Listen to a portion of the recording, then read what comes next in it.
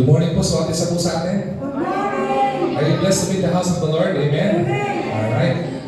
We're so thankful and we're so grateful dahil sa worship pa lamang kanina ay nangusap ng Panginoon. And hope and pray na sa pag-awitan pa lang po natin kanina mula sa choir ay nangusap na po ang Panginoon sa atin. At ang dalangin po natin ngayong umaga po ito ay patuloy pong mangusap ang Banal na Espiritu sa kalagitnaan ng gawain po ngayong umagang ito. So kung ngayon pong umagang ito ay hindi nyo pa nababati yung katabi nyo, pakibati naman ang magandang umaga. Okay, nasabihin nyo, next week ay Christmas na.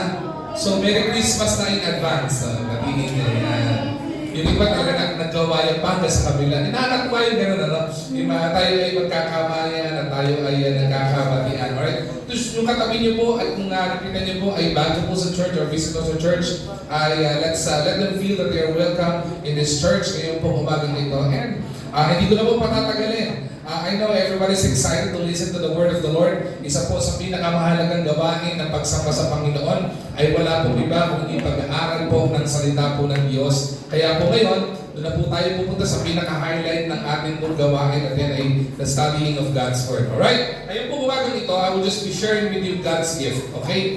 God's gift. Ito po yung ating pong message series na binuksan po ngayong pong buwan ng Disyembre. Okay? At bago itong wait, ang panibagong taon, ay tayo po ay makita po natin kung ano yung regalo ng Panginoon po sa atin. We are actually living in a world full of gifts. When it comes to Christmas season, ito yung panahon na tipong ang mundo ay punong-puno ng regalo. Sabi ko nga po last Sunday, pagdating ng Christmas, sobrang tindi ng traffic.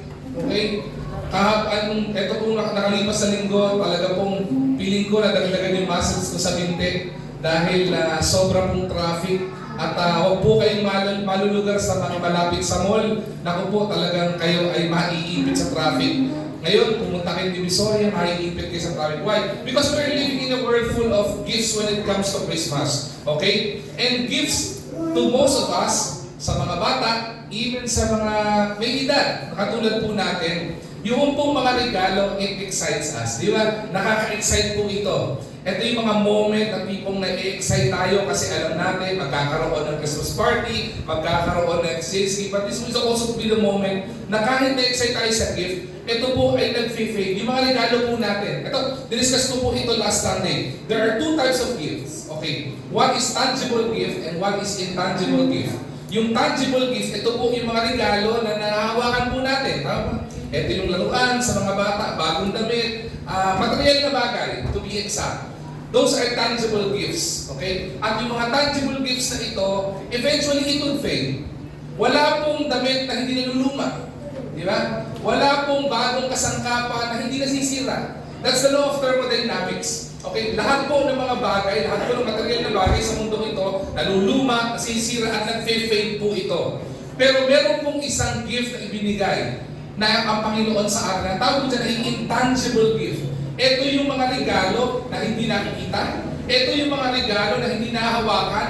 Ito yung mga regalo hindi katulad ng mga material na bagay na nahahawakan natin. Ito yung regalo na kaloob ng Panginoon sa atin. And to make the long story short, ito po yung regalo ng Panginoon na hindi po nag-fade. It violates the law of thermodynamics. Hindi po naluluma, hindi nag-fade, hindi nasisira, at hindi po nawawala. Okay? Boxes are open. Mamayang hapon, yung ating pong mga Kingdom Kids Ministry ay meron po tayong ginawang campaign to give gifts sa ating mga kabataan, sa ating mga bata, mga centers na inaabot po natin. Makapagbigay ng tuwa ito. Ito mga boxes nito, they were even binalot ito, nilagyan ng ribbon.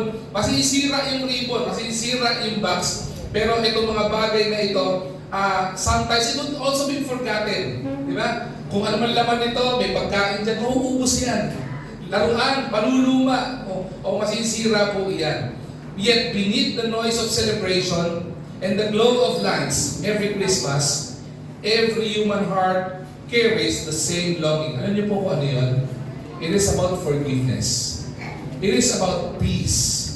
It is about joy. It is about the hope that lasts forever. Di ba? Lahat po tayo, sa kabila po ng mga bagay na meron tayo, hindi niyo ba naiisip, Sa kabila ng marami namang pwedeng ibigay na regalong kasangkapan, damit, bagay, ari-arian, di ba? Minsan sa puso ng bawat isa, meron pa rin emptiness. Meron pa rin pong kakulangan sa buhay po natin. Because what we need is forgiveness. Kapatawaran. Kailangan po natin yung kapayapaan. Di ba? Para pong Miss Universe. Pag tinanong mo, anong pinaka gusto niya? Laging world peace. Di ba? Wala po siguro sa atin hindi maghahanap ng kapayapaan. Kapag ka nagkakagulo sa loob ng tahanan, di ba, pag-pray nyo na may kapayapaan. Di ba? Ang pinipray natin hindi lang po forgiveness, hindi lang po peace. Ang pinipray natin joy. Di ba gusto natin ng joy? Bakit po? Ano po difference ng joy at happiness? Ang difference po ng joy at happiness is this. Happiness, okay, nagbibigay ng ngiti sa ating mga labi. Lumulukso sa katuwaan ng puso natin kasi merong happenings. Di ba? Kunyari, may birthday party, nagiging masaya ka. You become happy. Kapag may Christmas party, you become happy because there is a happening. May pangyayari na nakakapagbigay ng kakatuwaan sa iyo. Pero joy is eternal. Ito yung mas deeper ng happiness or laughter na po pwede ibigay ng mundong ito. Alam niyo po kalito, ito yung joy na ibinibigay ng Panginoon. At sumunod, ang gusto po natin is hope that lasts. Ito po yung pag-asa. At kung tingin po natin, wala nang kapag-pag-asa ang mundong ito. Let I tell you, meron pong pag-asa po ang mundong ito. Long before we ever reach for God, ang maganda pong maintindihan po natin, God reaches us. Okay? Inabot po tayo ng Panginoon. Heaven respond to humanity's greatest need with its greatest treasure. Alright? God did not send advice. God did not send angel or another command. Alam niyo, binigay po niya? God sent His Son. Ipinadala po niya yung kanyang bugtong na anak. Jesus Christ is not just part of Christmas story. Hindi po aksidente po ito. Hindi po ito part ng history. He is God's greatest gift to mankind. Yan po yung pag-uusapan po natin ngayong umaga ito. God's gift. Okay? At ngayon po umagang ito, if you have your Bibles with you, I would like you to open your Bibles with me in the book of Romans. Okay? May lang po yung pag-aaral po natin. I would like to share with you an encouragement from the Lord. Ang gusto po natin, maintindihan po natin na kahit may kakulangan ng regalo, hindi po magkukulang ang Panginoon sa regalo sa atin. Kung may ibang pagkakataon, nakalimutan kayong regaluhan ng kamag-anak nyo, mahal nyo sa buhay, katrabaho nyo o sino man, at nalulungkot kayo, maging encouragement po itong message ng Panginoon na ito kasi hindi po kayo kinaligtaan ng Panginoon. Meron pong regalo sa atin ng Panginoon. Alright? Romans chapter 6 verse 23. May I request everyone to please rise as we give reverence to the reading of God's Word ngayon pong umagang ito. Romans 6:23. Okay? Basahin po natin sabay-sabay po ito. Pwede po ba? Let us all stand as we read this passage. Let's read it all together. Ready? Begin. For the wages of sin is death, but the gift of God is eternal life through Jesus Christ our Lord. Basahin ko po muli ha. Sabi dito, for the wages of sin is death, but the gift of God is eternal life through Jesus Christ our Lord. May the Lord be blessed upon the reading of His Word. So madali po tayong manalangin. Panginoon namin dakilang Diyos, marami pong salamat sa napakagandang araw na ipinagkaloob niyo po Panginoon sa amin. Thank you Lord God sa magdabag na kapahingahan na ibinigay mo sa amin upang ngayong araw na ito magkaroon kami ng sapat na kalakasan Panginoon upang kami Panginoon ay magkaroon ng pribilehyo Panginoon mula sa iyo na makasamba, makapagbigay ng papuri Panginoon sa iyo. At ngayon pong umagang ito, excited po Panginoon kami doon sa mensahe mo. The greatest blessing and the greatest gift, Panginoon, that you ever gave to mankind, Panginoon, and that is your Son, Jesus Christ. Maintindihan, maunawaan po namin ng malinaw na malinaw kung ano po ang gusto mo na ibigay po, Panginoon, sa amin. Sa pagkakataon pong ito, naniniwala po, Panginoon, kami na wala pong aksidente sa mundong ito. Ang dalangin ko po, Panginoon, kung meron pong naimbitahan dito, Panginoon, dumalo for the first time, hindi po aksidente ito. Kasi gusto mong maramdaman nila, Panginoon, yung pag-ibig at regalo na nagmumula, Panginoon, sa iyo. And again, Lord, tago niyo po ko sa iyong likuran. Ang maihayag po, Panginoon, na yung mensahe. Ang maitaas po ay kayo po lamang sa pangalan ni Jesus. Amen at Amen. Alright, bakit na po tayo magsipo? Alright, gift. God's gift. Alam niyo po ba, every gift, okay, or every gifts, okay, would reflect, or every gift given to somebody or to someone, okay, reflects the heart of the giver. Yung binibigay, okay, yung nagbibigay ng regalo, okay, kung nakatanggap kayo ng regalo magmula sa mahal nyo sa buhay, nakatanggap kayo ng regalo mula sa kaibigan nyo o katrabaho nyo o sino mang kakilala nyo, it would reflect the heart of the giver. Okay? Bakit po? Kapag ka po, makikita mo may mga ibang nagre-regalo, katamtaman lang, maliit, iba-iba value. Pero kapag ka po tumataas yung value, okay, kung ano man yung value ng binibigay sa inyong regalo, it actually reflects the generosity of the heart of the giver. Kaya po ngayong umaga po ito, makita po natin ang Kapaskuhan, okay, reflects the generosity of the heart of God. Bakit po? Maliwanag po kasi yung verse na binasa po natin. Pag tingnan mo nung una, Romans 6:23, ang bigat po nung una no? For the wages of sin is death. Ang bigat po nun But I will not dwell much on the wages of sin. Mamaya, tatalakayin po natin ng konti po yan. But I would like us to actually dwell on the gift of God. The heart of God. Sabi ko po sa inyo, di ba? The gift reflects the heart of the giver. Yung regalo, ito po ay sumasalamin sa puso ng nagbibigay ng regalo. Okay? At ang makikita po natin dito, the gift of God, ano po sabi niyan is eternal. Bakit sabi yung eternal? Parang nag-breakfast po ba kayo? Ano po sabi? The gift of God is eternal. Ano po yung eternal na binigay ng gift ng Panginoon dito? The eternal life na ibibigay sa atin ng Panginoon. Remember last Sunday, sa mga dito po nung Sunday, the gift of God is Christ who gave us life, who gave us love, di ba? Ano binigay ng Panginoon sa atin? Liberty, binigay po sa atin ng Panginoong kalayaan. At kung titingnan po natin, and every day beyond it, God did not merely give something, He gave someone. Grabe po ang Panginoon po dito, no? Kung titingnan po natin, ang Panginoon po, the generosity of the heart of God, God did not merely give something, but He gave someone. Hindi po basta regalo lang ang binigay ng Panginoon. Hindi po bagay ang binigay ng Panginoon. Ang binigay ng Panginoon is someone. Isang mahalaga sa Panginoon. At kung titignan po natin kung sino po yan, it is Jesus Christ who is God's perfect gift to each and every one of God.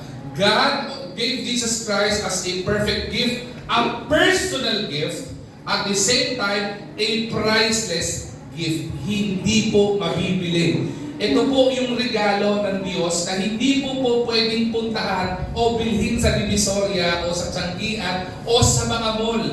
Because the heart of the giver is so generous, He gave His perfect gift. He gave a personalized gift. He gave a priceless gift to each and every one of us. In Christ, God wrapped heaven's answer to humanity's deepest needs.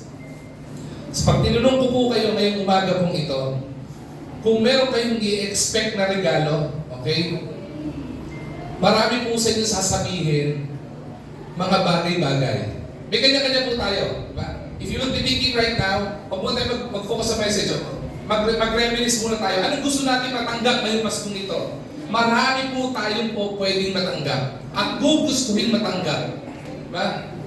Whether tangible yan or intangible gift yan, pero kung titignan po natin, ang pinakamaganda dito because of the generosity of the heart of God, who is the giver of the greatest gift, makita po natin, binalot ng Panginoon yung kasagutan sa pinakamatinding pangangailangan ng mundong ito o natin sa buhay po nito. Alright? Again, God did not merely give something, He gave someone, and that is Jesus Christ. Okay? Ilang bagay lang po ang gusto ko ibahagi po sa inyo. 4 na bagay lang po na regalo ng Panginoon na gusto ko ibahagi po sa inyo. Una is the gift of grace. The gift of grace. Ano po sabi ng Ephesians chapter 2 verse 8 to 9? Nakalagay po yun, for by grace ye are saved through faith. Basahin ko po ng kompleto. For by grace are ye saved through faith, and that not of yourselves, it is the gift of God, not of works, lest any man should boast. regalo ng Panginoon. Ano pong regalo po ito?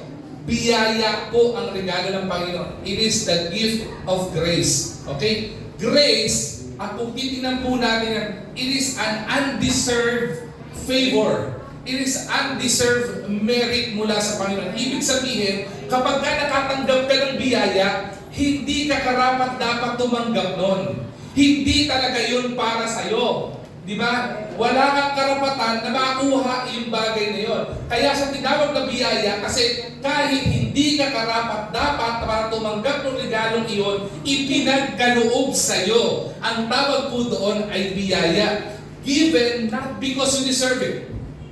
Kaya kung titingnan po natin, ano pong sabi doon sa verse na binasa natin? Not of works, lest any man should boast. Let's look at the context of the verse in Ephesians chapter 2, verse 8 to 9. For by grace ye are saved. Okay? Through faith, sa pamagitan ng pananampalataya. Tingnan po muna natin yung save, pagiging save. Minsan hindi po natin binibigyan ng importansya yung salitang save. Okay? Sino po dito yung binabaha kayo? Taas nga po ang kamay. Yung nakalipas na binaha kayo. Meron po ba? Yung ang baha sa inyo, lagpas tao. Diba? O papasok lagpas tao, pero pag nakadapa. Okay? Sabi ng iba, may mga reporter daw nagre-report. Ang baha sa aming lugar ay ankle deep. Hindi ko maisip yung ankle deep na yun. Kasi depende sa height ng tao yan, hindi mo ba? Mamaya, yung 6-footer, hindi ankle deep sa kanya.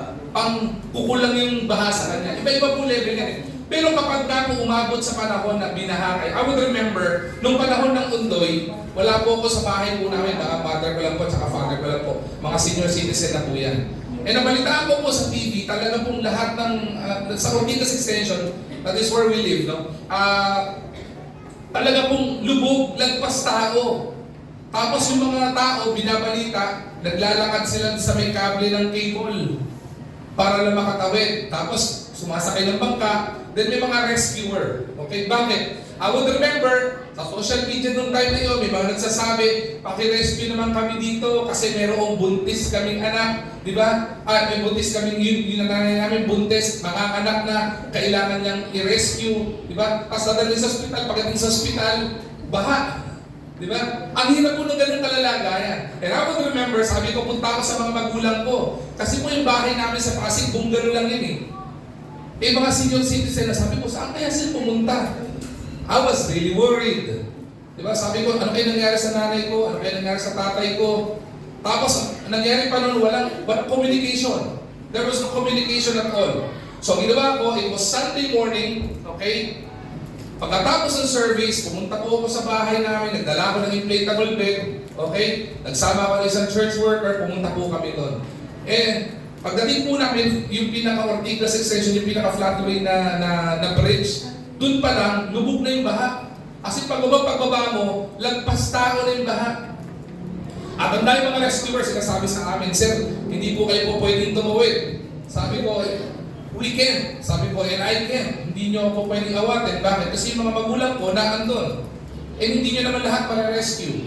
So hindi rin kami naawa, pumunta kami doon. And to my surprise, may mga sabi sa amin, matandang babae, lalaki, bata, sabi, Kuya, pwede ba makisabit?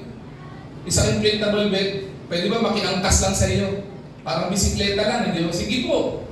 And habang nasa Ortigas Extension po kami, nagugulat kami. Akala namin nagpo-floating na tao. Wow, enjoy. Habang brown na brown yung tubig, may nagpo-floating na tao. Pero sabi nung kasama kong worker, Pastor, yung tao, kulay violet, patay na pala.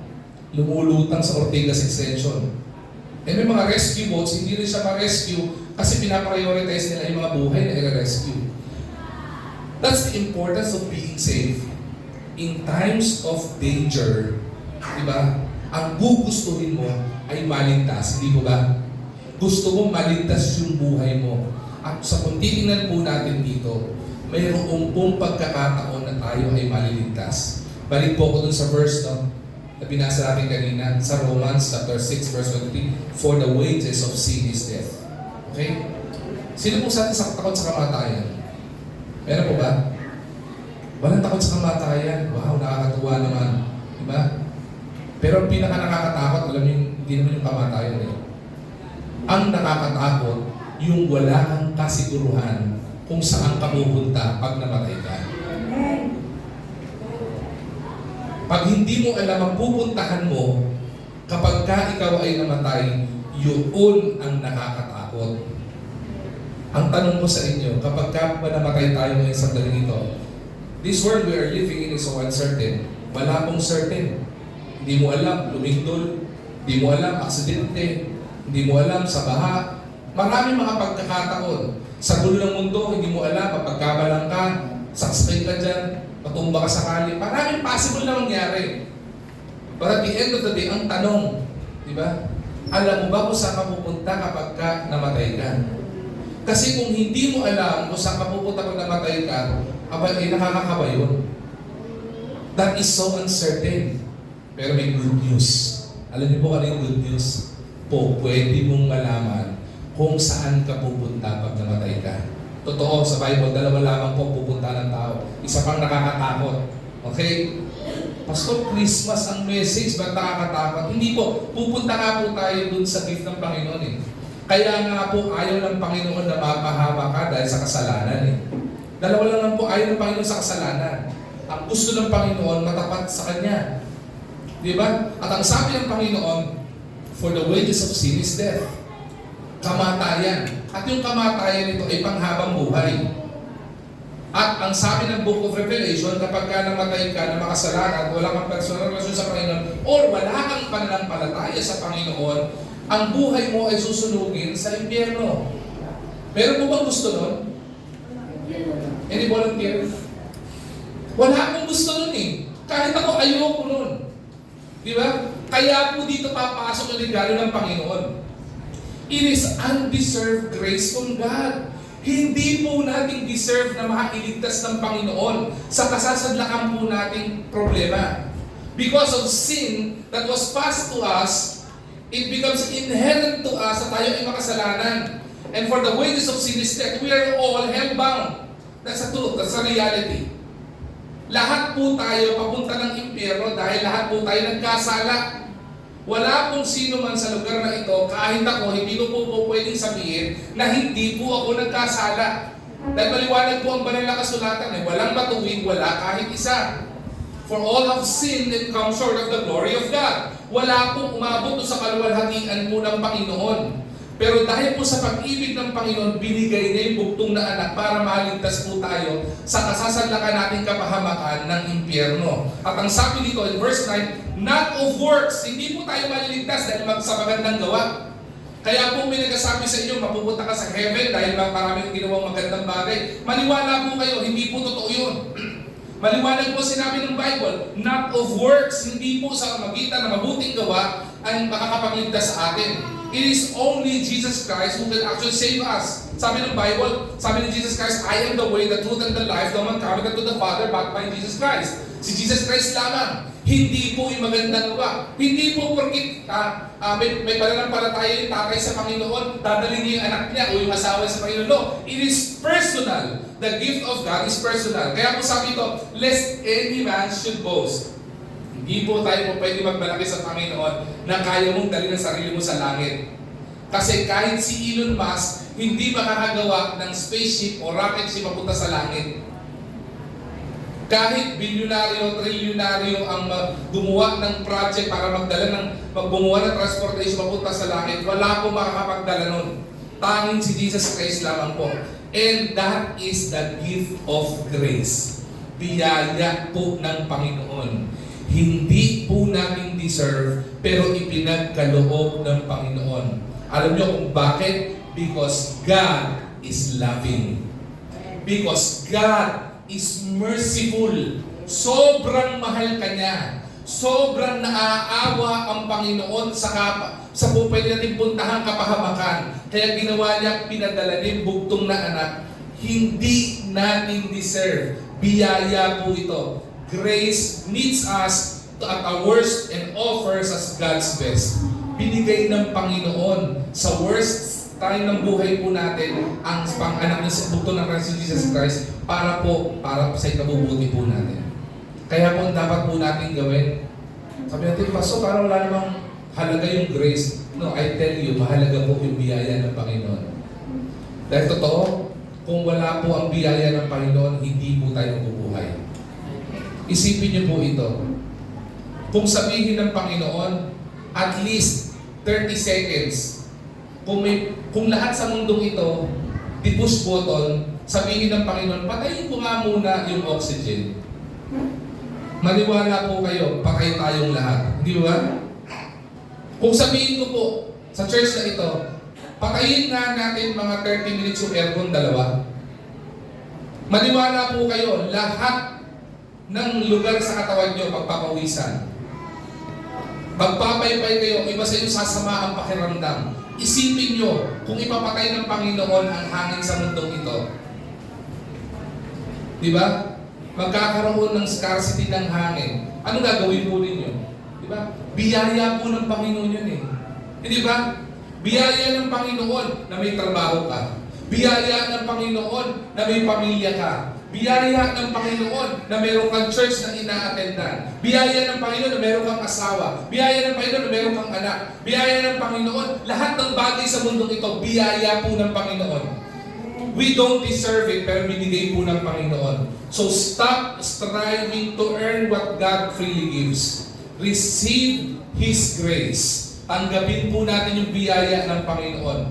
At ang sabi sa verse na ito, not of works that any man should boast. So let's receive the gift of grace ng Panginoon with humility and with gratitude. And extend the same grace to others. Bahagi po natin sa iba. Pangalawa, apat lang po ito. Pangalawa na po ako. Next is the gift of peace. The gift of peace. Sabi ng Isaiah chapter 9 verse 6, for unto us a child is born, unto us a son is given, and the government shall be upon his shoulders, and his name shall be called Wonderful, Counselor, the Mighty God, the Everlasting Father, and the Prince of Peace. Sa mundo pong ating ginagalawan, napakagulo. Diba? Yung totoo po, magbukas kayo ng TV, maguguluhan kayo. Hindi po ba?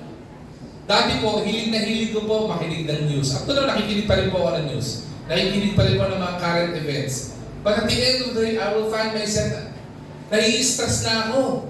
Di ba? Sino hindi mai-stress sa mga current issue ng government natin ngayon?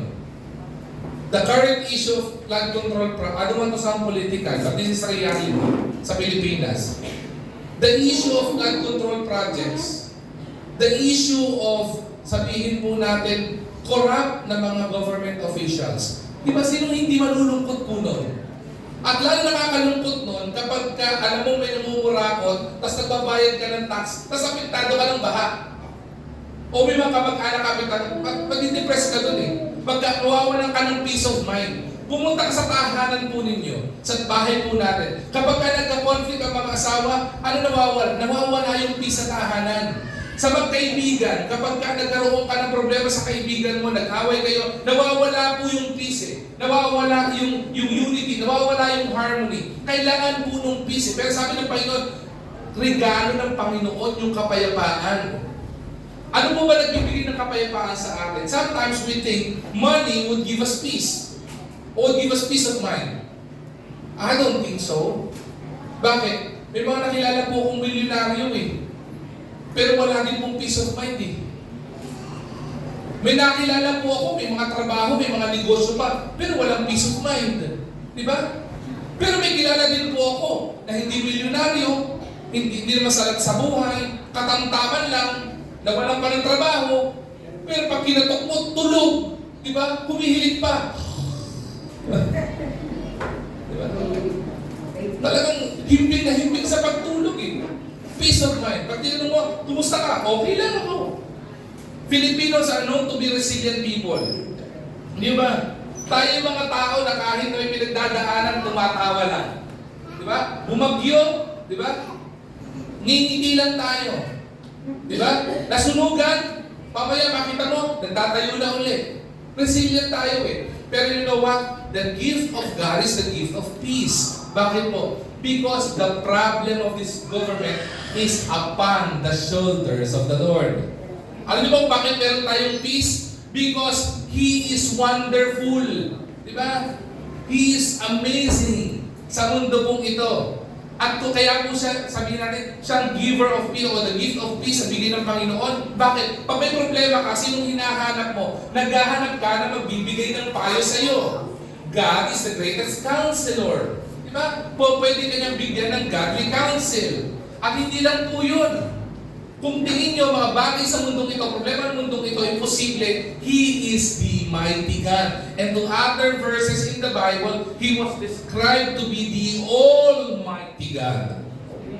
God is sovereign. He is in control of everything in this world. Even typhoons, even storm, kinakal ng Panginoon. That is how Almighty God is. And He is the everlasting Father. And since He is the everlasting Father, He is provider of the everlasting peace. The peace is not the absence of problems. Akala po natin pag walang problema, di ba, mapayapa na.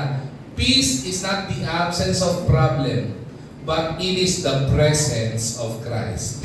We will find peace kapag po natagpuan po natin ang presensya ng Panginoon sa buhay po natin. Jesus reconciles us to God and calms the storm within our hearts. And you would remember the story of the Bible story ng mga bata, mga Sunday school, yung Jesus calms the storm. Okay? Marami po sa atin, wala tayong kapayapaan eh. Alam niyo po, very important po sa akin itong verse ito yung Jesus calms the storm. Because more than 10 years or 12, 15 years ago, I was hospitalized. Sa iba, alam nito story na to. Patusama ninyo pa alam to. I would like to share this with you. How important this is to me and the peace of God is important to me. Gusto ko lang po maging encouragement sa inyo yung testimony po na ito.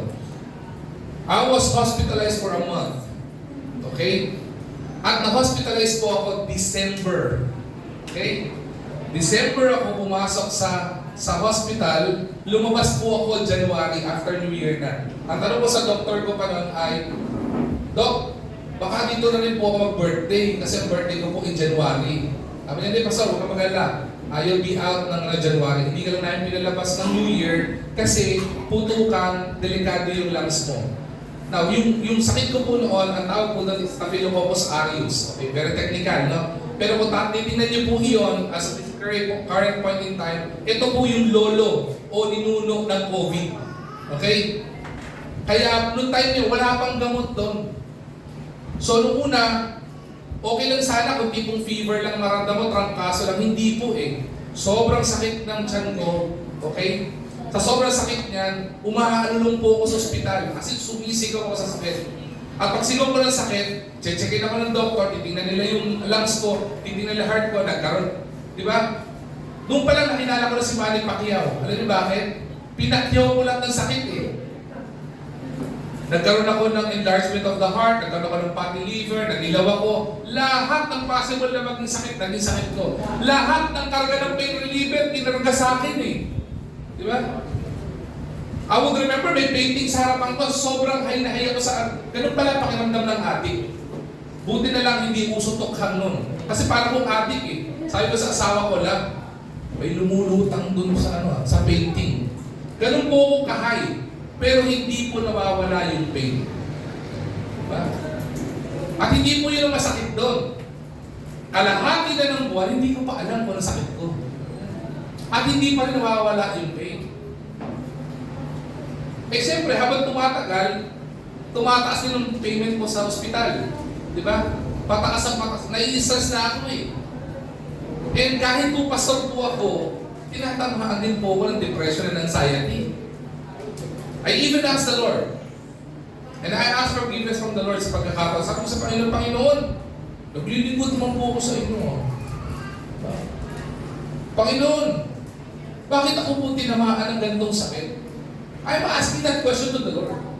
Naniniwala ako, hindi po masamang magtanong sa Panginoon. Because if you want clarity, ask the Lord. Di ba? Ang masama, questionin ng Panginoon sa kanyang kapangyarihan. But I ask the Lord, Lord, gagaling pa po ba ako? Lord, Ito na po ba yung tagpo? Susunduin mo na ako at makikita na po tayo ng mukhaan. Excited naman po ako doon. But of course, may worry sa akin. Paano yung anak ko? Yung aking busong anak na si Cassandra, baby pa to nun. Hindi pa to umaabot ng 1 year old. Diba? Bata pa si Kuya Doy. Diba? Ang bigat mo ng damdamin ko nun. Ang bigat ng pakiramdam. Yung sakit mo, hindi mo pa alam. Tapos nagkaroon ako ng water sa baga. At yung water, naghiwa-hiwalay po siya. I would remember, on my right lang, lower, 5 cc. Sa kabila ay, sa left lang po, 15 at saka 10 cc. Magkahiwalay po yun. Paso nagkahiwa-hiwalay. Kasi po, yung water ko sa baga, naging ano po siya, nagnana, sorry for the term, no? Para nag-sticken siya, nagnana po siya, so naghiwalay. So hindi po siya po pwedeng i-drain. Di ba? Kasi sabi the term of the doctor, Pastor, kailangan natin walisin yan. Hindi po pwedeng gawin yun. Kasi total surgery sa iyo. Eh, mahirap pong gawin yun. Sabi ko, paano po ito? Antibiotic. Ang pinakamasakit po dito, yung antibiotic na pinainom sa akin, sabi ng doktor, nag-hire kami ng infectious disease doctor, sabi ng doktor, Pastor ka naman, di ba? Sabi niya, mag-pray ka maigi. Consultant na po ito. Sabi niya, kasi ito yung pinakamataas na antibiotic na po pwedeng gamitin sa iyo. Talaga po, 2 beses mo iti-take sa araw. Tanong, anong gusto mo, Pastor? Yung suwero o yung oral? Sinusubo na lang. Sabi niya, may difference po kasi ng presyo. Magkano yung presyo? Yung nasa suwero, 6,000 something. Twice a day. Sabi ko, ayos ah. Kada isang araw, parang bumibili ng telepono. Diba? 12,000 mahigit yun. Sabi ko, yung oral po, Pastor, mas mura. Talaga mas mura po. Magkano po? Parang 5, 6 something. Mura? Gusto ko murahin yung doktor. Mura yun? Ay, ganun kamahal yun. Ano sabi niya? Pastor, and you need to take it for 14 days. Hindi ka po pwedeng hindi ka po pwedeng magliban. Tapos sabi niya, anong risk, Doc, pagka ito ay hindi gumana? Pastor, yan yung pinakahuli. Maghahanap tayo ng pharmaceutical company para maghanap ng mga matataas antibiotic. Pero, ikaw ang magiging guinea pig. Ibig sabihin sa'yo i-test. Napapray ako eh. Then I open the Bible as I'm so depressed. Hindi ko alam saan ko uugutin, may pambayad ng ospital. Hindi ko alam kung gagaling pa ba ako.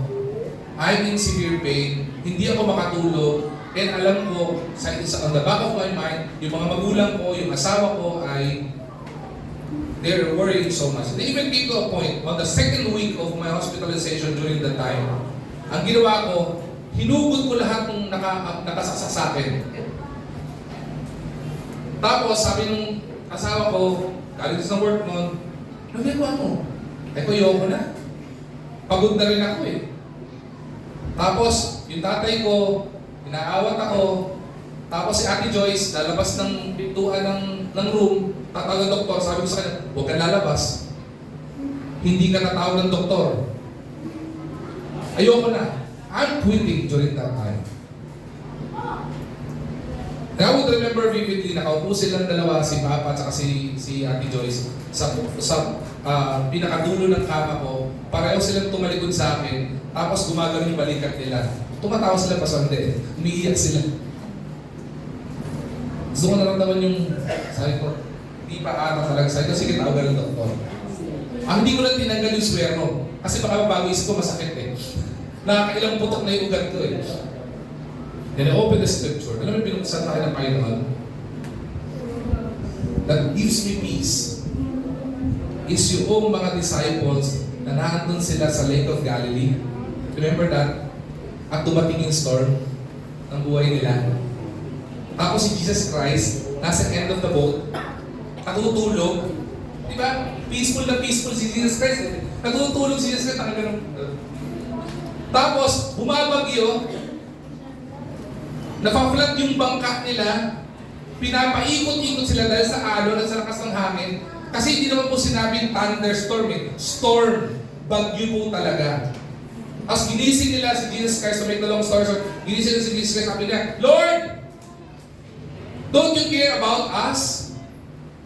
Bumabagyo, Lord, oh. Malulubog na tayo, oh. Diba? Natutulog po kayo dyan. Anong ginawa ni Jesus Christ? He stood up sa likod ng bangka, tumayo, naglakad papunta sa harapan ng bangka, at the front end of the boat. Isipin niyo po ito, naglakad umaalon. Kung nakasakay na kayo ng barko na umaalon, mahihirapan kang parang sumasayaw, mahihilo ka. Pero ang Panginoon Jesucristo, tumayo siya sa pinakaunahan ng bangka at ang sinabi niya, peace, be still. At walang abog-abog, huminto at tumayapa ang storm. Even the storm, kayang payapain ng Panginoon. Hindi po tapos ang story doon. Ang ginawa ni Jesus Christ, He turned around from the water and He faced His disciples. At sabi sa mga disciples, you of little faith, why are you so afraid? Sabi niya, kayong mga maliliit ang pananampalataya, bakit kayo natatakot? Alam niyo yung time na yun, it was evening.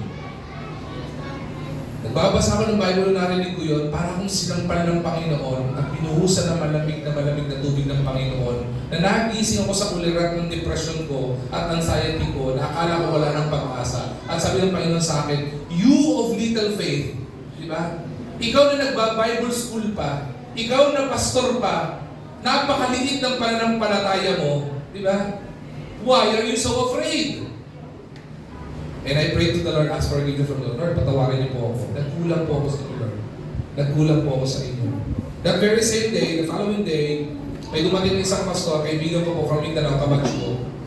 I only have 500 pesos on my pocket, on my wallet. Sabi ng Panginoon, anak, ibigay mo yan. Di ba? Running 700,000 na po yung bilang sa ospital. Sabi ng Panginoon, ibigay mo yung 500 peso na yan dun sa pastor na yan. Nagkakalinlangan ako eh. Diba?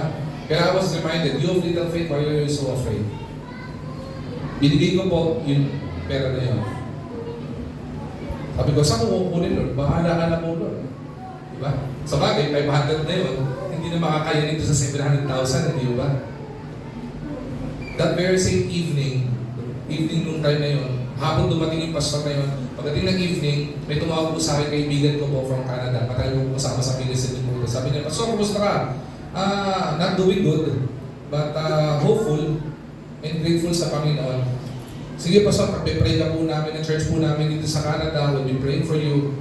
Sabi ko, hopefully, magkita pa tayo mukhaan. Yung pa sabi yung partner na gamit ko sa kanya. Mag-asawa po itong kaibigan ko. Then, the following week, tumawag ulit, Pastor, pinag-pray ka po ng church namin. And by the way, I just wanted to know, okay, ipapadala po ako sa account mo.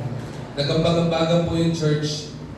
Alam nyo, yung time na yun, naging sufficient po for at least 1 week, hindi ako nagkakamali, or less than a week, yung binigay po yung time na yun para po sagot yung aking antibiotic for at least 7 days. Tapos at the following 7 days po ng antibiotic ko, pinalabas ako ng doktor, pwede ka na pastor. Diba? Kilala lang ako nung guard eh. Diba? Munti pa akong matanto, he's a jolly good fellow. O, pastor, gugupitin ko na yun dito ha. Laya ka na. Laya na daw ako eh, dahil malaya na ako. Palabas na ako ng pintuan ng hospital, hindi ko alam kung saan ko kukunin. Una, biyaya ni Lord na nabayaran po yung pambayad sa hospital. Wala na bumabal sa akin taga-hospital eh. Diba? Pero ang problema ko, meron pa akong 7 days of antibiotic. Do the math kung magkano yun sa pressure plate ko. Ang laki po nun, di ba? Sabi ko, Lord, you calm the storm. Palabas na ako, ginupit na ng guard yung ano ko. Tapos bigla nag-ring yung phone ko. Pastor, kumusta ka na? Ay, biyaya ni Lord. Palabas na ako. Pauwi na kami ng bahay. By the way, Pastor, nakalimutan ko. Sabi niya, meron pang nagbigay sa iyo ng para sa panggamot mo man lang makatulong sa iyo. Naka-wheelchair po ako nun eh. Sabi ko sa asawa ko, i-atras mo. Punta tayo sa ATM. Withdraw ka sa ATM. Pagbukas sa ATM ko, sufficient yung money for my antibiotic, kahit pa paano, at the same time, nagbigay pang Panginoon ng pang-tithes ko at pang-offering ko ba? Biyaya ni Lord. And pinagaling naman po ako ni Lord. Di ba? The gift of peace. May mga pagkakataon sa buhay po natin, yayanigin ang pananampalataya natin. May problema tayong pagdadaanan na akala natin walang solusyon. But one of the greatest gifts of God is He will give you peace. The peace that passeth all understanding. When anxiety and depression overwhelms you because of this problem, alam nyo gagawin nyo? You run to Christ. Punta ka sa Panginoon. And let His peace rule your heart. Ay, amo yung kapayapaan ng Panginoon ang yumakap sa puso mo. Rule your own and rule your decision. The gift of peace. Pangatlo po, hindi lang po gift of grace, gift of peace, but the gift of joy.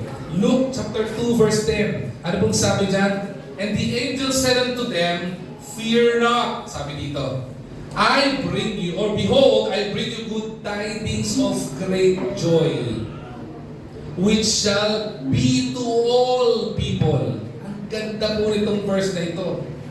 I bring you good tidings. The gift, sabi ito, the good gifts of great joy. Hindi lang sinabing joy, ha? Di ba? Yung kanina, yung happiness, dahil may happenings. Yung joy, di ba? Maganda po yun because everlasting, eternal po yung joy. Pero tingnan po natin, hindi po nakontento ang Panginoon doon sa joy lang. Ang sabi niya dito, it is great joy. Ito po yung katuwaan, ito po yung kagalakan na dahil galing po sa Panginoon, mag-uumapaw po ito sa buhay po natin. Diba? Ito po yung mag-overflow sa buhay po natin. At dahil ang Panginoon, remember, the gift, okay, is based on the heart of the giver. Sabi ko po kanina po hindi ba? Before we begin the message, sabi po dito ng Bible, which shall be to all people. Hindi po maramot ang Panginoon. Ibinibigay po niya sa lahat ng tao na gusto ng joy galing sa Kanya, yung bibigay ng great joy na ito. Sinong ayaw nito? Diba? Pero sino po na, yung mga readers before dito, noong mga panahon ko po, may nauso pong mga readers na yung parang pamphlet lang eh. Ang tawag ng Reader's Digest. Ang gusto-gusto ko po doon, kapag binibili ko po yun, una mahal. Kaya gagawin ko doon sa National Bookstore, sa mga bookstore, meron pong libreng basahin yan eh. Gagawin ko po, nabubuklatin ko po yun sa gitna. Alam niyo bakit? Meron pong isang section doon. Laughter is the best medicine. Tapos nakalagay po doon mga jokes, mga funny stories. Mahilig po ako sa mga ganun eh. Kasi nakakatuwa eh. Yung mga tipong pagka nalulungkot ka, basa ka ng joke, di ba? Di ba kaya nga po marami sa inyo gusto makinig na mga nag-joke eh, di ba? Na mga nagpapatawa. Ang sarap kasama ng mga tao nagpapatawa. Pero alam niyo mga kaibigan na kapatid, kung natutuwa kayong kasama yung mga tao nagpapatawa sa inyo, nakakapagbigay ng mga temporary ngiti sa buhay po natin, mas masarap pong kasama yung nagbibigay ng great joy and everlasting joy. Kasi hindi lang ngiti yung ibibigay niya sa inyo, kung hindi nag-uumapaw na kasiyahan na nasa puso po natin. At hindi po natin makukuha yan sa mga comedy bar. Hindi po natin makukuha sa mga comedian yan. Makukuha po natin yan sa Panginoon lamang. Alright? Joy is not rooted in situations but in salvation. Okay? It is a deep, abiding gladness that comes from knowing Christ and trusting His promises. Ano na po yung hint dito? Pastor, paano po ako magkakaroon ng great joy? Okay? It is not about situation. It is not the comedy jokes na po pwedeng ibigay po sa atin. It is about salvation. It is about us meeting Christ face to face in our life. Yung magkaroon ka ng pananampalataya, magkaroon ka ng pagkakakilanlan sa Panginoon. At hindi mo magkakakilanlan. Bakit po? Lahat po naman tao kilala si Lord, di ba? Pag tinanong mo, sino po kilala si Jesus Christ? Taas ang kamay. Sige, dito susukan ko natin. Sino po ang kilala si Jesus Christ? Taas po ang kamay. Hindi nyo kilala? Pakikilala ko sa inyo mamaya. Lahat po tayo kilala, hindi po ba? But the question here is this. It is not how you know Him. The question is, does He knows you? Kasi kapag kakilala mo siya, kilala mo lang. Lahat mo pwede mag-claim nun. Pero kapag ikaw, kilala ka niya, ang tawag doon, mayroong kayong personal na relationship. Hindi mo ba? Marami mo pwede magsabi, kilala ko ang presidente ng Pilipinas. Wala na po siguro isang citizen ng Pilipinas na hindi po kilala ang presidente ng Pilipinas. Pero para malaman na may personal relationship kayo, dapat kilala ka rin niya. Nagkakape kayo, kumakain kayo together. Di ba? Ganun din po sa Panginoon. Marami po nakakilala kay Jesus Christ. But it doesn't mean na kilala mo si Jesus Christ, meron ka ng relasyon sa Kanya. Ang pinakamaganda, yung may personal na relasyon sa Kanya. Kasi may benefit po iyon. Alright? Choose joy daily by fixing our eyes on Jesus. Not on temporary trials, not on temporary gifts na meron po natin. Rejoice in who He is and what He has done in our life. Alright? Kaya kung titignan po natin, panghuli po, ano po yung unang gift ng Panginoon? The gift of grace. Undeserved favor. Sumunod po, the gift of peace. The everlasting, the eternal peace. The great joy na ibinigay ng Panginoon sa atin. Sumunod po, the gift of joy. At ang panghuli po, ang pinaka-importante, sandali lang po ako dito, but I would like you to listen to this point carefully. Okay? The gift of salvation. John chapter 3, verse 16. For God so loved the world that He gave His only begotten Son, that whosoever believe on His name should not perish, but have everlasting life. Paboritong-paborito ko po itong ibabahagi ko interpretasyon ng verse po na ito. Alam niyo po kung bakit? Because some of us, we dilute the meaning of this verse because it is so familiar. Kahit mga bata sa Sunday school, alam to eh. Hindi ba? Pag hindi mo alam to, bakit? Di ba? Pero sa mga matatagal na sa church, at kahit hindi matagal sa church, ito siguro ang pinakamadaling ipamemorize na Bible verse. Okay? For God, pakinakin na lang yung verse ng konti. Yan. Nakikita niyo naman po dito. Yung mahalaga pong keyword po dito is the word love. Okay? Tingnan niyo po yung nakalagay po dito. For God so loved the world. Ang spelling po ng verb ay mayroong D sa dulo. Sa mga nag-aaral po ng English dito, kapag ka po ang isang verb o isang action word, nilagyan mo ng D sa dulo, ano po nagiging tense doon? Past tense. Okay? So, ibig sabihin po nito, for God so loved the world. Minahal ng Panginoon ang mundong ito. So, ibig sabihin, hindi ka na mahal ni Lord ngayon.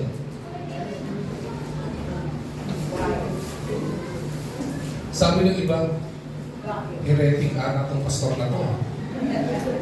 Kulto ata to. Binabasa ko lang naman po sa inyo, di ba? Ini-interpret ko lang, tagapaghayag lang po ako dito eh. Ni Lord eh. Ang sabi dito, L-O-V-E-D, for God so loved the world.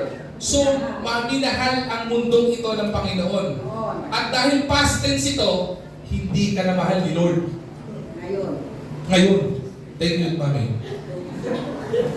Sabi ng iba, lumala ang pagka-heretic ni Pastor. Minahal tayo, hindi tayo mahal ni Lord. Tama po?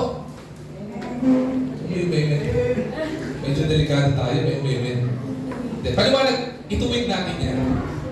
In the English language, meron pong tinatawag ng mga major tenses. Ang tawag dyan, present tense, okay? Past tense, present tense, and future tense. Okay? Pero, listen to this carefully. Okay? Meron po mga tinatawag na mga middle tenses. Hindi mo ba? Meron pong past present tense, meron pong past present participle tense, di ba? Meron pong tinatawag na past present progressive tense. Ibig sabihin, nangyayari pa din. Kung titingnan po ninyo sa original na lingwahe, ang term na ito, okay, in the English, in the Greek language when it was originally written, the word is agape. Ang pagkakasulat po niyan is agapao, agapo, agapon. Okay? Past, present, future. Now, punta tayo sa English mas maintindihan natin. Nung isinulat po ito, it is not on the past tense. It is in the, It is not on the past tense alone. It is on the past, present, progressive tense. Ibig sabihin, kung love ay pag-ibig, minahal ka ng Panginoon noon. Amen? Amen.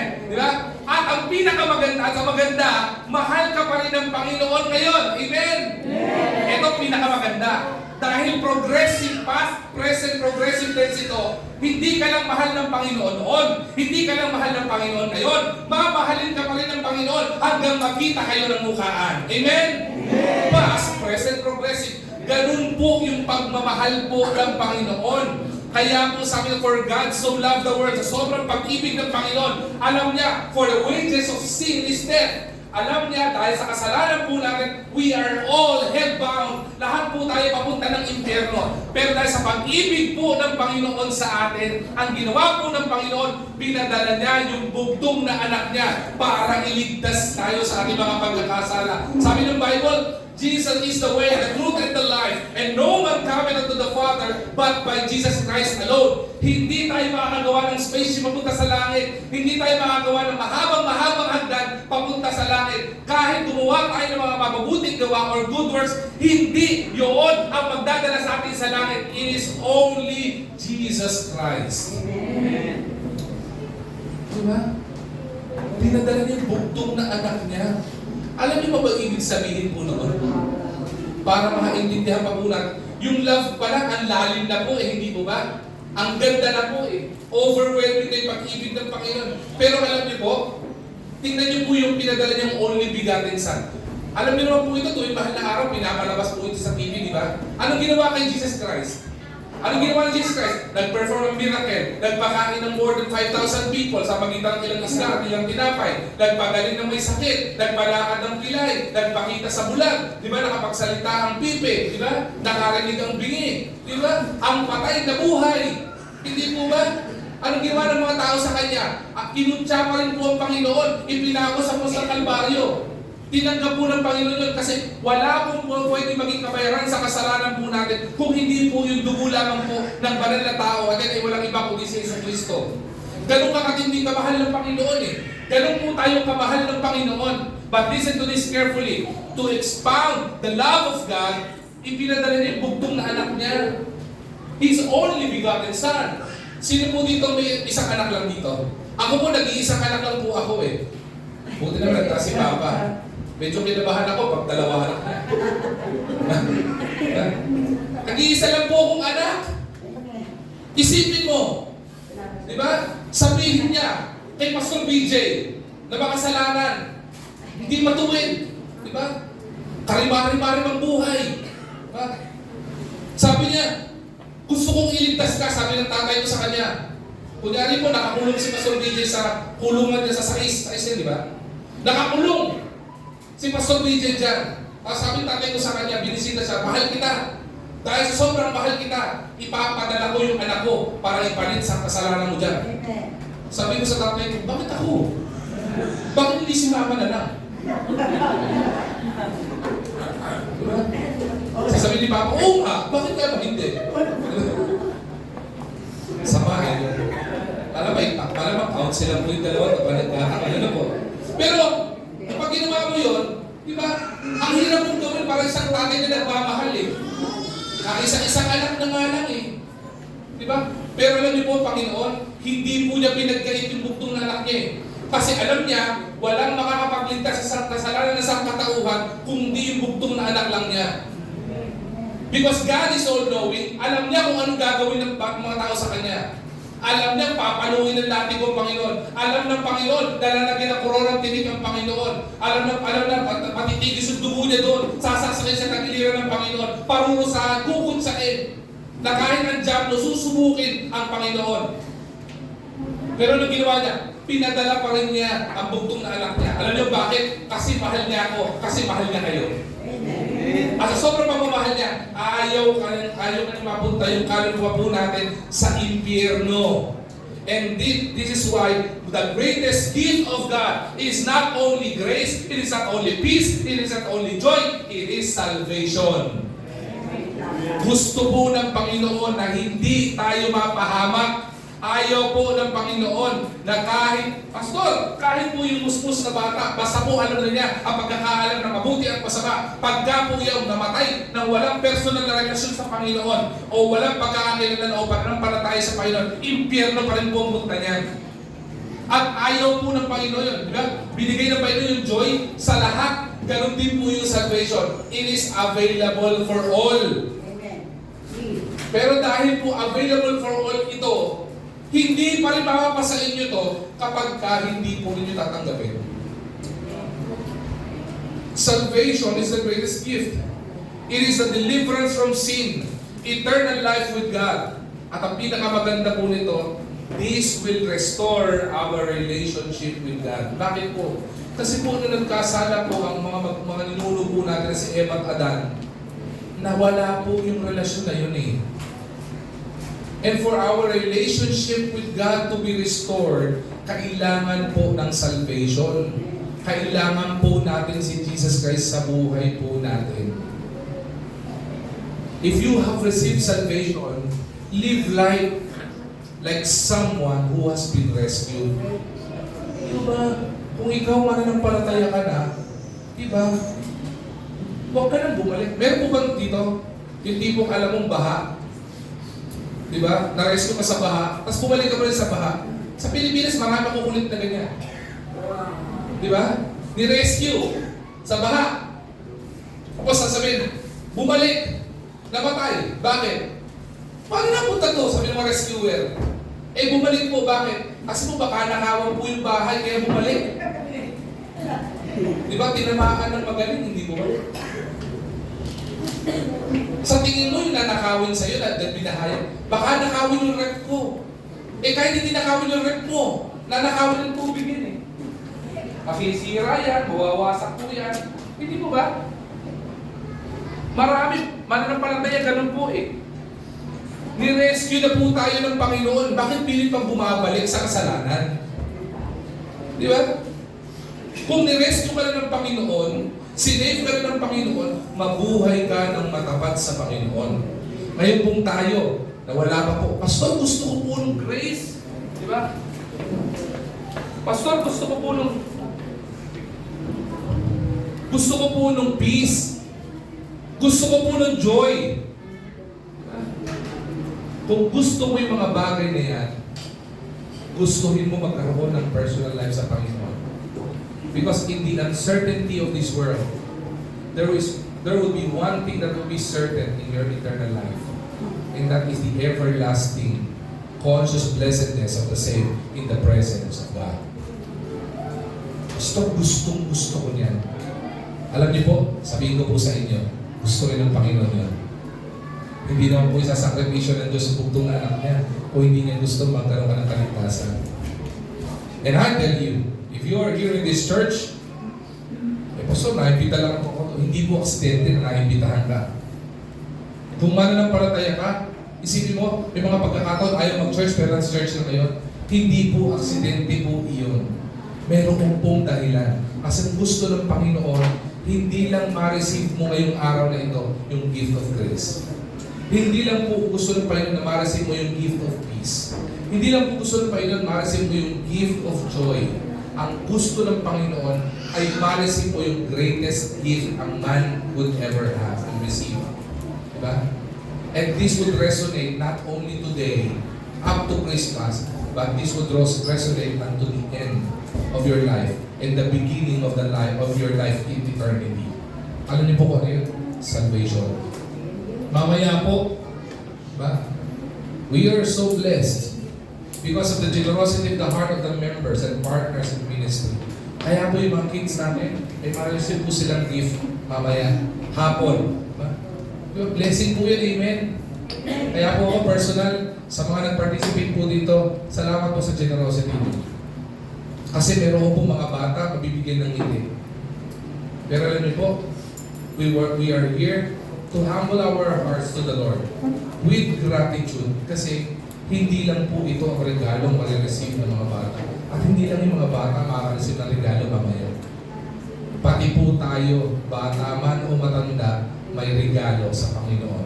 And that is the gift of grace, the gift of peace, the gift of joy, and the gift of salvation. I'm done. Tapos na po ako.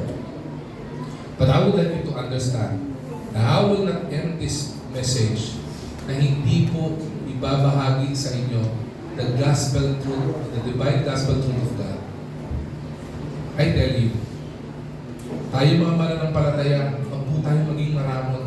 Ibahagi natin yung magandang balita ng Panginoon. Sobrang dami na ng problema ng mundo ito, di ba? Bahagi natin yung magandang balita ng Panginoon. Alam niyo bakit? Because God didn't just give us a gift. He gave us His Son. His only Son.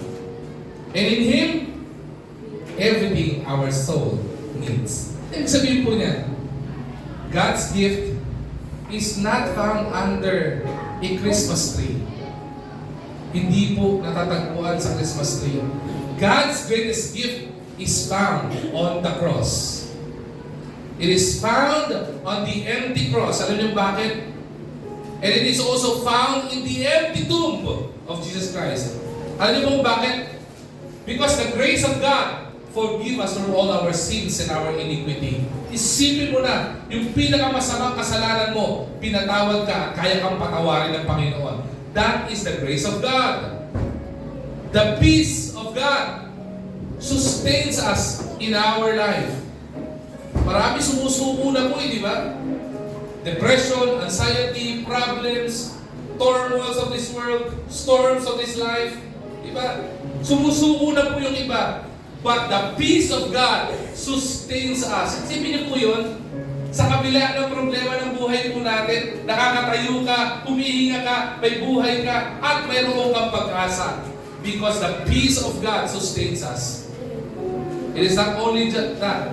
The joy that comes from the Lord strengthens us. Di ba? Di ba kapag ka po napapangiti ka, nagkakaroon ka ng pagtawa, o mayroong katuwa sa puso mo, para feeling mo may panibagong araw ka, nabuhay ka ulit. May pag-asa pala. Joy that comes from God, the presence of God, strengthens us. Papalakasin ka ng Panginoon. Kaya ka palakasin ng Panginoon. Talaga, Pastor, kahit may karamdaman ako, opo. Patay na, binuhay ni Lord eh. Sakit mo pa kaya, hindi kaya pagalingin ni Lord? Kaya binabago na ba yung perspektibo, di ba? Pastor, meron malaking pangangailangan ngayon. Tandaan po natin, the joy strengthens us. The joy from God strengthens us. Bakit? Magkakaroon ka pa ng joy kahit pangangailangan ka. Bakit? Sa Panginoon, wala pong imposible. Walang malaking pangangailangan na hindi po kaya i-provide ni Lord. Wala pong malaking problema na hindi kayang solusyonin ng Panginoon. Wala pong kahit anumang bagay na bigatin na hindi kayang pagkain ni Lord. It is the joy that strengthens us. At ang pinakamaganda na kailangan ng lahat, alam niyo po ano? Security. Kung gusto mo maging secure ang buhay mo, maraming tao ginagawa ito, hindi ko ba? Laging invest kayo sa mga insurance. Diba? Para maging secure yung mga anak ko sa kanilang pag-aaral, kukuha ako ng academic insurance. Diba? Para maging secure ang health ko, kukuha ako ng health insurance. Iba, kahit mamatay eh. Para secure ang death ko, wala nang problema yung pamilya ko, kukuha ako ng death and burial insurance. Pero nakakalungkot po ito. No offense sa mga insurance company. Pero ang dami ko rin po narinig, I would like to have insurance, my wife has insurance, di ba? Lahat tayo gugustuhin po nito eh. But because of the uncertainty of this world, minsan sa insurance of this world, walang assurance. Pero sa Panginoon, kapag ka ipinagkatiwala mo ang buhay mo sa Panginoon, pinagkatiwala, nag-invest tayo sa Panginoon, we store up treasures in heaven and not on this earth. Tandaan po natin sa Panginoon, kailanman hindi malulugi. Siya yung insurance company na hindi nalulugi. hindi nagsasara, hindi naluluma, hindi nasisira. Dahil sa Panginoon, may security, may assurance. And in our faith sa Panginoon, there will always be an assurance of salvation. John chapter 1 verse 12, but as many as received into them, gave me power to become the sons of God. Ginawang assurance ng Panginoon yung pangako po na yun. At ang gusto niya, hindi lang yung pastor ang makarinig nito. Hindi po yung mga Kristiyano lang makarinig. Gusto po niya lahat ng sangkatauhan magkaroon ng pananampalataya sa kanya, personal relationship sa kanya. And that is the reason why you are here right now. He wants you to experience that. God didn't just give you a gift, an ordinary gift that fades. Ang binigay ng Panginoon is His only begotten Son, and in Him, that is what our soul needs. All of this is found in one gift, and one gift alone. At yan ay kay Jesus Christ lang. The question here is this: what God has given, but what we have, or have we ever received Him? Sa binigay ng Panginoon, ganda po nun di ba? Nakakatawa, Pastor, yung gift of joy, yung gift of peace, di ba? The gift of salvation. Ang ganda po ng mga yan.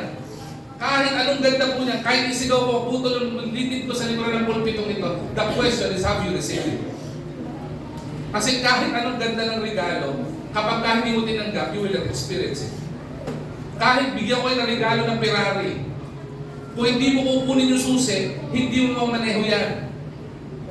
Kahit bigyan ko ng Rolls Royce na may payong, pag hindi nyo kunin yan, di ba? Hindi nyo may experience yan. Kahit bigyan ko ng fruit salad, o pang fruit salad, pag hindi nyo kunin yan, hindi may experience yan. Ganon din po. Kahit anong ganda ng joy, ng peace, na binibigay ng Panginoon, kahit anong ganda niyan, di ba? Pag hindi mo tinatanggap ang Panginoon, hindi mo siya ma-experience. And what the Lord wants right now is for you to experience Him. Gusto niya, makilala mo siya at subukin mo yung pagmamahal niya. That is how the Lord loves us so much. If you think you're here right now, you're neglected by your loved ones, you're neglected by your friend, di ba?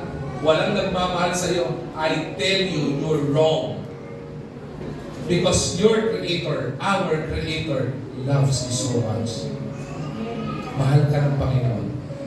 And all you need to do is just to receive Him and experience the grace, the peace, and the joy that passes all understanding in the presence of God. Tumayo po tayong lahat ng Panginoon. While every heads are bowed and every eyes are closed, mabilis lang po ito. Narinig niyo po yung regalo. Ito na po yung desisyon. Anong gagawin niyo? Ano pong gagawin natin? Simple lang. Pag nagbigay po ba regalo ng Panginoon, pinahihirapan niyo ba? Di ba? Kailangan gawin mo to. Sabi ng Bible, not of good works lest any man should boast. Wala kang dapat gawin na imposible. Hindi mo kailangan magpasirko-sirko. Hindi mo kailangan magpatambling-tambling sa Panginoon. Ang kailangan mo lang gawin, tanggapin yung regalo ng Panginoon. Walang kahirap-hirap. Diba? Pero ang desisyon, wala po sa kamay ng Panginoon. Ang desisyon, nasa kamay po natin. My question is, what is your decision right now? Maganda pong marinig yung mga regalo. Ang ganda rin pong sabihin na gusto ko ma-experience yan. Pero tandaan po natin, gusto ng Panginoon, hindi mo lang marinig. Gusto niya ma-experience mong personal. And if you want to experience that, specifically, the gift of salvation ng Panginoon, when we die right now, or anytime, diba? Of course, we don't pray that it will come anytime soon, or sooner. Pero gusto natin, na pagka dumating ito sa buhay po natin, diba? May kasiguruhan po tayo. May assurance tayo na sa langit tayo pupunta. Hindi ba? Sino po gusto nun? Taas nga po ang kamay. O gusto ko nun. Dalawang kamay pa. Diba? But if you want that, all you need to do is accept the Lord in your life. Gawin mo siyang tagapagligtas ng iyong buhay. We'll be praying. Every heads are bowed. Every eyes are closed. Wala po muna nakadilat. Pikit lang po muna. If you want to experience the salvation, the gift of salvation ng Panginoon, sabi mo sa Panginoon, ipanalangin mo din sa Panginoon. ibulong mo ito sa tayangan ng Panginoon, ay kinig ang Panginoon. Sabi mo sa kanya, Panginoon, salamat po. Salamat na naririto ako sa church na ito. At narinig ko yung iyong salita, Panginoon. Salamat, Panginoon, for the gift of grace. Salamat for the gift of peace. Salamat for the gift of joy. Salamat for the gift of salvation. Wala po ako'y pagmamalaki. Makasalanan po ako, Panginoon.